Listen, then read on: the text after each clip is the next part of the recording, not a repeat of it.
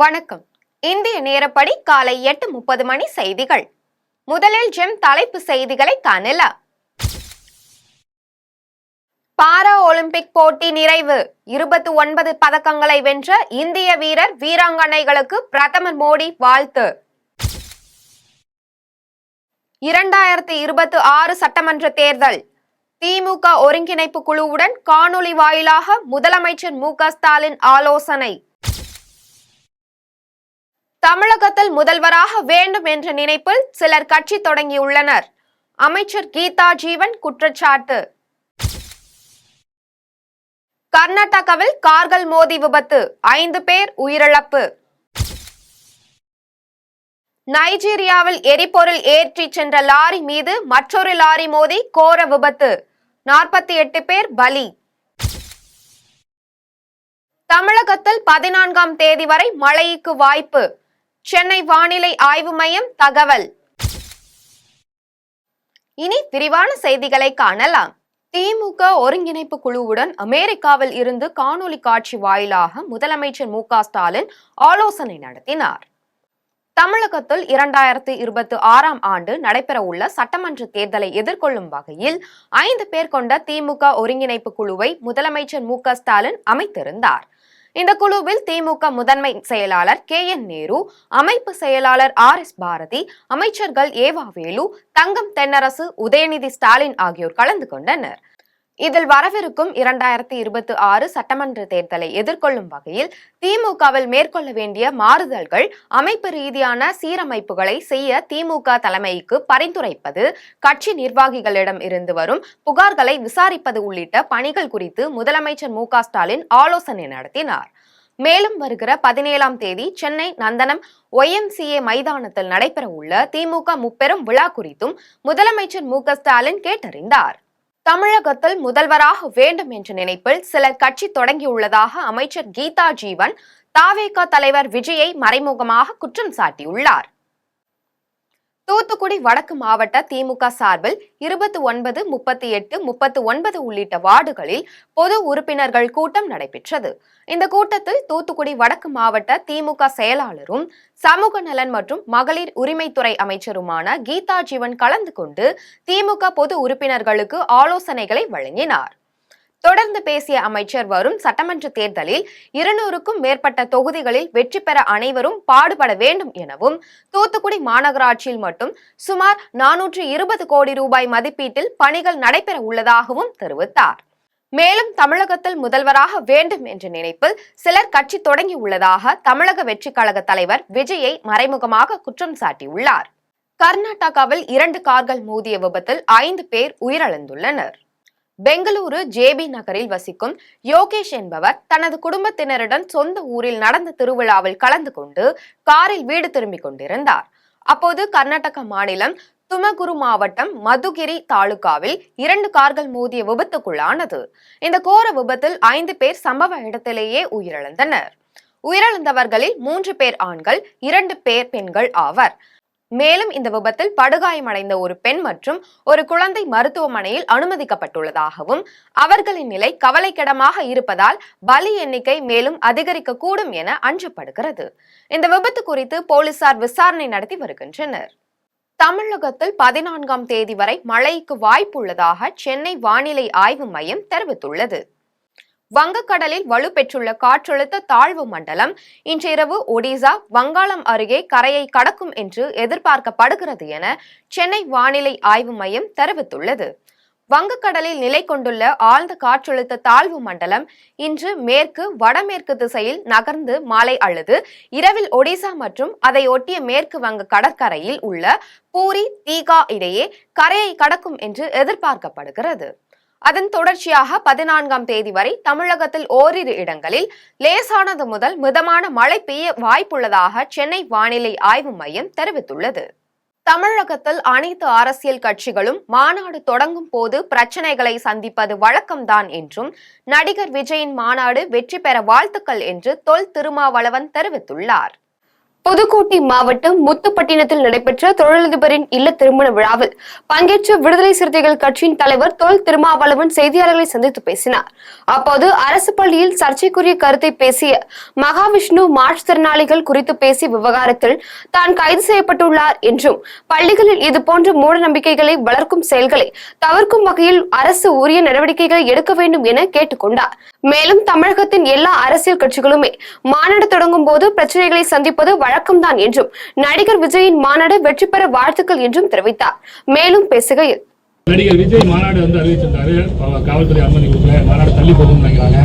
இன்னைக்கு 11 மணிக்கு முக்கியமான முடிவு அறிவிக்கிறேன் விஜய் சொல்லியிருக்காரு. இது நம்ம எப்படி பார்க்கிறோம்? திமுக அரசு விஜயை பார்த்து அஞ்சுகிறதா? அது வழக்கமான கொஸ்டின்ஸ் தான். அது அந்த யார் மாநாடு நடத்தினாலும் அவங்க இது மாதிரி 20க்கும் 30க்கும் மேற்பட்ட கேள்வியை எழுப்பி பதில் கேட்பது, விளக்கம் கேட்பது வாடிக்கையானது தான். அதை அவர்கள் உரிய விடை அளித்தால் அனுமதி கொடுத்து விடுவார்கள். இதில் அனுமதி மறுப்பு என்பதற்கு வாய்ப்பில்லை. எதை சொல்லி அனுமதி மறுக்க முடியும்? எனவே விஜய் கட்சி நடத்தவிருக்கிற மாநாடு அரசு அனுமதியோடு நடைபெற வேண்டும். அதற்கு எந்த தடையும் இருக்க வாய்ப்பில்லை. அவருடைய மாநாடு சிறப்பாக நடந்தேற என்னுடைய வாழ்த்துக்கள். தமிழக கிராமப்புற மாணவர்களின் மருத்துவ கனவை நிறைவேற்றுவதற்காகவே 7.5% இடஒதுக்கீட்டை அதிமுக ஆட்சி காலத்தில் கொண்டு வந்ததாக புதுக்கோட்டையில் எடப்பாடி பழனிசாமி தெரிவித்தார். புதுக்கோட்டை மாவட்டம் விராலிமலையில் 7.5% இடஒதுக்கீட்டின் கீழ் மருத்துவ படிப்பில் சேர்ந்த 5 மாணவர்களுக்கு முன்னாள் அமைச்சர் விஜயபாஸ்கர் ஏற்பாட்டில் பாராட்டு விழா நடைபெற்றது. இதில் அதிமுக பொதுச் செயலாளரும் எதிர்க்கட்சி தலைவருமான எடப்பாடி பழனிசாமி எஸ்டேட்டில் கோப் மற்றும் சான்றிதழ்களை வழங்கி பாராட்டினார். பின்னர் செய்தியாளர்களிடம் பேசிய அவர் தமிழக கிராமப்புற மாணவர்களின் மருத்துவ கனவை நிறைவேற்றுவதற்காகவே 7.5% இடஒதுக்கீட்டை அதிமுக ஆட்சி காலத்தில் கொண்டு வந்ததாக தெரிவித்தார். மேலும் நடிகர் விஜயின் மாநாட்டிற்கு திமுக அரசு அனுமதி கொடுக்காதது கண்டிக்கத்தக்கது என்றும் விஜயை கண்டு திமுக பயப்படுகிறதோ இல்லையோ, ஆனால் ஜனநாயக நாட்டில் யார் அனுமதி கேட்டாலும் கொடுப்பதுதான் முறை என்றும் கூறினார். கலெக்ஷன் கமிஷன் கரப்ஷன் இதையெல்லாம் மக்களுக்கு தெரிஞ்சு போயின்னு சொல்லிதான் இன்றைக்கு பொதுக்கூட்டத்தை கூட அனுமதி கொடுக்க மறுக்கிறாங்க. அப்படியே பொதுக்கூட்டம் நடத்தினாலும் அந்த பொதுக்கூட்டம் நடத்துகின்ற எங்க கட்சி நிர்வாகி போது வழக்கு போடுறாங்க. சில நேரத்தில் நீதிமன்றம் போய் இந்த பொதுக்கூட்டம் நடத்துவதற்கு அனுமதி வாங்கி தான் கூட்டம் நடத்திட்டு இருக்கிறாங்க. இப்படிப்பட்ட நிலைமை தான் இன்றைக்கு தமிழகத்தில் நிலவி கொண்டிருக்கின்றது. இந்த ஆட்சி சர்வாதிகாரி ஆட்சி மாதிரி நடந்துகிட்டு இருக்கு. உங்களுக்கு அனுமதி கொடுக்காட்டி ஓகே, பல வாய்ந்த எதிர்க்கட்சி விஜய் புதுசா அரசியலுக்கு வராரு. நாட்டில் எல்லாம் சமந்தான், நீங்க நாங்கெல்லாம் வேறுபாடுலாம் கிடையாது. அப்படி இருக்க இவ்வளவு பேருக்கு நாங்க அண்ணா திமுக ஆட்சி இருக்கின்ற பொழுது, நான் முதலமைச்சர் இருக்கின்ற பொழுது எவ்வளவு போராட்டம் நடைபெற்றதுன்னு நாட்டுக்கே தெரியும். இந்தியாவிலேயே அதிகமா போராட்டத்தை சந்தித்த அரசாங்கம் அம்மாவுடைய அரசாங்கம். ஒரு அதாவது பயப்படுறது கைப்படுறதுங்களா அடுத்தது முறையாக கொடுக்க வேணும், அதுதான் முக்கியம். கள்ளக்குறிச்சியில் பல்வேறு நிகழ்ச்சிகளில் பங்கு பெற்ற விடுதலை சிறுத்தைகள் கட்சி தலைவர் தொல் திருமாவளவன் அவர்களுக்கு உற்சாக வரவேற்பு அளிக்கப்பட்டது. கள்ளக்குறிச்சி மாவட்டத்தில் விடுதலை சிறுத்தைகள் கட்சி தலைவர் தொல் திருமாவளவன் அவர்கள் சின்னசேலம் பகுதியில் மாநாடு நடக்க இருக்கும் இடத்தை பார்வையிட்டார். பின்னர் ஆலத்தூர் மூரார்பாளையம் பகுதியில் கொடிக்கம்பம் ஏற்றி வைத்து அரசம்பட்டில் தெற்கு கிளை முகாம் சார்பில் மேற்கொள்ளப்பட்ட கிளை பணிகளை பார்வையிட்டது உள்ளிட்ட பல்வேறு நிகழ்வுகளில் பங்கேற்றார். அப்போது அப்பகுதி மக்களுடன் பேசிய அவர் அக்டோபர் 2ஆம் தேதி நடைபெற உள்ள மது ஒழிப்பு மாநாட்டுக்கு பிறகு அரசம்பட்டு பகுதியில் பொதுக்கூட்டம் ஏற்பாடு செய்யப்படும் என தெரிவித்தார். இந்த நிகழ்ச்சியில் அரசம்பட்டு விடுதலை சிறுத்தைகள் தெற்கு முகாம் நிர்வாகிகள் மற்றும் ஊர் பொதுமக்கள் என 300க்கும் மேற்பட்டோர் கலந்து கொண்டனர். ஸ்ரீபெரும்புதூர் அடுத்த வல்லம் ஊராட்சியில் மக்களுக்கு தேவையான அடிப்படை வசதிகள் மற்றும் அனைத்து உதவிகளும் செய்து தரப்படும் என திமுக ஒன்றிய செயலாளர் கோபால் தெரிவித்தார். காஞ்சிபுரம் மாவட்டம் ஸ்ரீபெரும்புதூர் அடுத்த வல்லம் ஊராட்சியில் திமுக இளைஞரணியில் உறுப்பினர்கள் சேர்க்கும் முகாம் திமுக ஒன்றிய செயலாளர் கருணாநிதி தலைமையில் நடைபெற்றது. இதில் புதிதாக 50 இளைஞர்கள் உறுப்பினர்களாக சேர்ந்த நிலையில் வல்லம் ஊராட்சி பொதுமக்களுக்கு தேவையான அடிப்படை வசதிகள் மற்றும் அனைத்து உதவிகளும் செய்து தரப்படும் என திமுக ஒன்றிய செயலாளர் கோபால் தெரிவித்தார். இதில் காஞ்சிபுரம் மாவட்ட தகவல் தொழிலாளர் அணி அமைப்பாளர் பன்ருட்டி தணிகாசலம், திமுக ஒன்றிய துணைச் செயலாளர் ஜெகன்குமார், ஒன்றிய கவுன்சிலர் பரமசிவம், அருண், வல்லம் குப்பம், மகளிர் அணி, இளைஞர் அணியினர் மற்றும் வல்லம் ஊராட்சி உறுப்பினர்கள் கலந்து கொண்டனர். ஆசிரியர் தினத்தன்று புதுடெல்லியில் நடைபெற்ற விழாவில் குடியரசுத் தலைவர் திரௌபதி முர்மு நல்லாசிரியர் விருதை கோபிநாத்திற்கு வழங்கினார். வேலூர் மாவட்டம் குடியாத்தம் அடுத்த ராஜாகுப்பம் ஊராட்சி நடுநிலைப் பள்ளியில் கடந்த 2009ஆம் ஆண்டு முதல் இடைநிலை ஆசிரியராக கோபிநாத் பணியாற்றி வருகிறார். இவர் பள்ளி மாணவர்கள் எளிதாக பாடங்களை கற்கும் விதமாக போதிக்கப்பட்டதால் 2024ஆம் ஆண்டுக்கான தேசிய நல்லாசிரியர் விருது அறிவிக்கப்பட்டது. இதனையடுத்து ஆசிரியர் தினத்தன்று புதுடெல்லியில் நடைபெற்ற விழாவில் குடியரசுத் தலைவர் திரௌபதி முர்மு நல்லாசிரியர் விருதை கோபிநாத்திற்கு வழங்கினார். தொடர்ந்து தனது சொந்த ஊருக்கு வருகை தந்த கோபிநாத்திற்கு உறவினர்கள், சக ஆசிரியர்கள், ஊர் பொதுமக்கள் மேலதாளங்கள் முழங்க பட்டாசுகள் வெடித்து சால்வை மற்றும் மாலைகள் அணிவித்து உற்சாக வரவேற்பு அளித்தனர். மதுரையில் பிரபல ரவுடி ஒருவர் ரயில் மோதி உயிரிழந்த சம்பவம் பரபரப்பை ஏற்படுத்தியுள்ளது. மதுரை மாவட்டம் ஜெயஹிந்த்புரம் பகுதியை சேர்ந்தவர் பிரபல ரவுடி பிள்ளையார் கணேசன். இவர் மீது 20க்கும் மேற்பட்ட கொலை வழக்குகளும் 20க்கும் மேற்பட்ட வழிப்பறி வழக்குகள் நிலுவையில் உள்ளது. இந்நிலையில் போடியில் இருந்து மதுரை நோக்கி சென்ற ரயிலில் அடிபட்டு பலியானதாக தகவல் தெரியவந்தது. தகவலின் பேரில் விரைந்து வந்த காவல்துறையினர் மற்றும் ரயில்வே அதிகாரிகள் அவரின் உடலை மீட்டு பிரேத பரிசோதனைக்காக அரசு மருத்துவமனைக்கு அனுப்பி வைத்தனர். இதுகுறித்து காவல்துறையினர் வழக்கு பதிவு செய்து விசாரணை மேற்கொண்டு வருகின்றனர். தூத்துக்குடியில் விலை உயர்ந்த வெளிநாட்டு வகை செல்ல பிராணிகளை திருடும் கும்பலின் சிசிடிவி காட்சிகள் வெளியாகியுள்ளது. தூத்துக்குடி வடக்கு காட்டன் தெரு பகுதியை சேர்ந்த தங்கராஜ் என்பவர் வீட்டில் விலை உயர்ந்த வெளிநாட்டு வகையை சேர்ந்த பக் என்ற நாயை வளர்த்து வந்துள்ளார். இந்நிலையில் அவரின் வீட்டிற்கு வெளியே இருந்த அவரது நாய் சிறிது நேரத்தில் அங்கு இல்லாததை கண்டு அதிர்ச்சி அடைந்தார். அப்போது அருகில் இருந்த வீட்டின் சிசிடிவி காட்சிகளை சோதனை செய்தபோது சிறுவன் ஒருவன் வீட்டின் வெளியே தனியாக நின்றிருந்த நாயை திருடி சென்றது தெரிய வந்தது. இதையடுத்து தங்கராஜ் தூத்துக்குடி மத்திய பாகம் காவல் நிலையத்தில் புகார் அளித்ததை தொடர்ந்து சிசிடிவி காட்சிகளை வைத்து காவல்துறையினர் விசாரணை நடத்தி வருகின்றனர். இதேபோன்று தூத்துக்குடி புது கிராமம் பகுதியில் உள்ள பெண் ஒருவரது பூனை காணாமல் போனதை தொடர்ந்து கண்டுபிடித்து தருபவர்களுக்கு 5000 ரூபாய் சன்மானமாக வழங்கப்படும் என மாநகரின் பல்வேறு பகுதிகளில் சுவரொட்டிகள் ஒட்டப்பட்டுள்ளது. இதுபோன்று செல்ல பிராணிகளை திருடி விற்பனை செய்து வரும் கும்பலை கைது செய்ய வேண்டும் என பொதுமக்கள் மற்றும் செல்ல பிராணிகள் வளர்ப்போர் கோரிக்கை விடுத்துள்ளனர். மன்னார்குடியில் நடைபெற உள்ள குரூப் 2 முதல்நிலை தேர்வுக்கான தேர்வுக்கூட நினைவு சீட்டு வழங்கும் நிகழ்ச்சி நடைபெற்றது. திருவாரூர் மாவட்டம் மன்னார்குடி அருகே உள்ள குக் கிராமத்தில் அரசு பள்ளி ஆசிரியர்கள் மற்றும் தன்னார்வலர்களை கொண்டு மாணவ மாணவர்களுக்கு அரசு போட்டித் தேர்வுக்கு தயார்படுத்தும் வகையில் இலவச பயிற்சி வகுப்புகளை அங்குள்ள அரசு பள்ளி ஒன்றில் நடத்தி வருகிறது. இந்நிலையில் செப்டம்பர் மாதம் நடைபெற உள்ள குரூப் 2 முதல் நிலை தேர்வுக்கான தேர்வுக்கூட நுழைவுச்சீட்டு வழங்கும் நிகழ்ச்சியில் கல்வியாளர்கள், அரசு அதிகாரிகள் மற்றும் தனியார் சேவை அமைப்பினர் கலந்து கொண்டனர். இதில் தேர்வு எழுத உள்ள மாணவ மாணவர்களுக்கு தேர்வுக்கூட நுழைவுச்சீட்டை தனியார் கல்லூரி முதல்வர் நேர்முக உதவியாளர் வேல்முருகன் வழங்கி பேசினார். அப்போது முயற்சியுடன் செயல்பட்டால் எளிதில் இலக்கை அடைய முடியும் என்றும் கடினமான பகுதிகளை எவ்வாறு நினைவில் வைத்துக் கொள்ளலாம் என தெரிவித்தார். கள்ளக்குறிச்சி அருகே திமுக மேற்கு ஒன்றியத்தின் சார்பில் பொது உறுப்பினர்கள் ஆலோசனை கூட்டம் நடைபெற்றது. கள்ளக்குறிச்சி வடக்கு மாவட்டம் உளுந்தூர்பேட்டை தொகுதி எலவனாசூர் கோட்டையில் திமுக மேற்கு ஒன்றியத்தின் சார்பில் பொது உறுப்பினர்கள் ஆலோசனை கூட்டம் ஒன்றிய குழு தலைவர் ராஜவேல் தலைமையில் நடைபெற்றது. இதில் வடக்கு மாவட்ட கழக செயலாளர் உதயசூரியன் கலந்து கொண்டு செப்டம்பர் 15 பேரறிஞர் அண்ணா பிறந்தநாள் விழா மற்றும் செப்டம்பர் 14 கழகத்தின் பவள விழா கொண்டாட வேண்டும் என்றும் 17ஆம் தேதி பெரியாரின் 145வது பிறந்தநாள் விழா குறித்து கழக நிர்வாகிகளுக்கு ஆலோசனை வழங்கினார். இதையடுத்து உளுந்தூர்பேட்டை மேற்கு ஒன்றியத்திற்கு உட்பட்ட அனைத்து ஊராட்சிகளுக்கு உறுப்பினர் அட்டை வழங்கப்பட்டது. இதில் ஏராளமான திமுக நிர்வாகிகள் கலந்து கொண்டு உறுப்பினர் அட்டையை பெற்றுக் கொண்டனர். இதில் சட்டமன்ற உறுப்பினர் மணிகண்ணன், மாவட்ட கவுன்சிலர் பிரியா பாண்டியன் உள்ளிட்ட பலர் கலந்து கொண்டனர். தென்காசியில் நடைபெற்ற விவசாயிகள் குறை தீர்க்கும் கூட்டத்தில் கோரிக்கையை நிறைவேற்றாவிட்டால் கயிற்றை கழுத்தில் மாட்டிக்கொண்டு தூக்கிட்டுக் கொள்வேன் என விவசாயி ஒருவர் கூறியதால் பரபரப்பு ஏற்பட்டது. தென்காசியில் மாவட்ட ஆட்சியர் அலுவலகத்தில் விவசாயிகள் குறை தீர்க்கும் கூட்டம் மாவட்ட வருவாய் அலுவலர் ஜெயச்சந்திரன் தலைமையில் நடைபெற்றது. இக்கூட்டத்தில் மேக்கரை, வடகரை, அச்சன்புதூர், சொக்கம்பட்டி, சிவகிரி உள்ளிட்ட பகுதிகளில் இருந்து 100க்கும் மேற்பட்ட விவசாயிகள் கலந்து கொண்டு தங்கள் விளைநிலங்களை யானை, காட்டுப்பன்றிகள், காட்டு எருமைகள் போன்ற விலங்குகள் புகுந்து பல ஏக்கர் பயிர்களை சேதப்படுத்துவதாக தெரிவித்தனர். லட்சக்கணக்கில் செலவு செய்து பயிர்களை விளைவிக்கும் தங்களுக்கு அரசு ஏக்கருக்கு 25,000 ரூபாய் வழங்குவதை உயர்த்தி தர நடவடிக்கை எடுக்க வேண்டும் என கோரிக்கை விடுத்தனர். அப்போது கீழப்புலியூரை சேர்ந்த விவசாயி கந்தசாமி என்பவர் பட்டாக்குறிச்சி கிராமத்தில் கல்குவாரி அமைப்பதற்கு எதிர்ப்பு தெரிவித்து தான் வைத்திருந்த கயிற்றை கழுத்தில் மாட்டிக்கொண்டு தூக்கு போட்டுக் கொள்வேன் என கூறினார். உடனடியாக அருகில் இருந்த காவலர்கள் அவரை தடுத்து சமாதானம் செய்தனர். இதனால் அங்கு சிறிது நேரம் பரபரப்பு ஏற்பட்டது. அரக்கோணம் அருகே உலக இயன்முறை மருத்துவ தினத்தையொட்டி மாபெரும் பொது மருத்துவ முகாம் நடைபெற்றது. ராணிப்பேட்டை மாவட்டம் அரக்கோணம் அருகே உள்ள இயன்முறை மருத்துவ தினத்தையொட்டி தனியார் கிளினிக் சார்பில் மாபெரும் பொது மருத்துவ முகாம் நடைபெற்றது. சிறப்பு இயன்முறை மருத்துவர் சர்ச்சில் தலைமையில் நடைபெற்ற இந்த முகாமில் சிறப்பு அழைப்பாளராக நகர திமுக செயலாளர் ஜோதி கலந்து கொண்டு முகாமை துவக்கி வைத்தார்.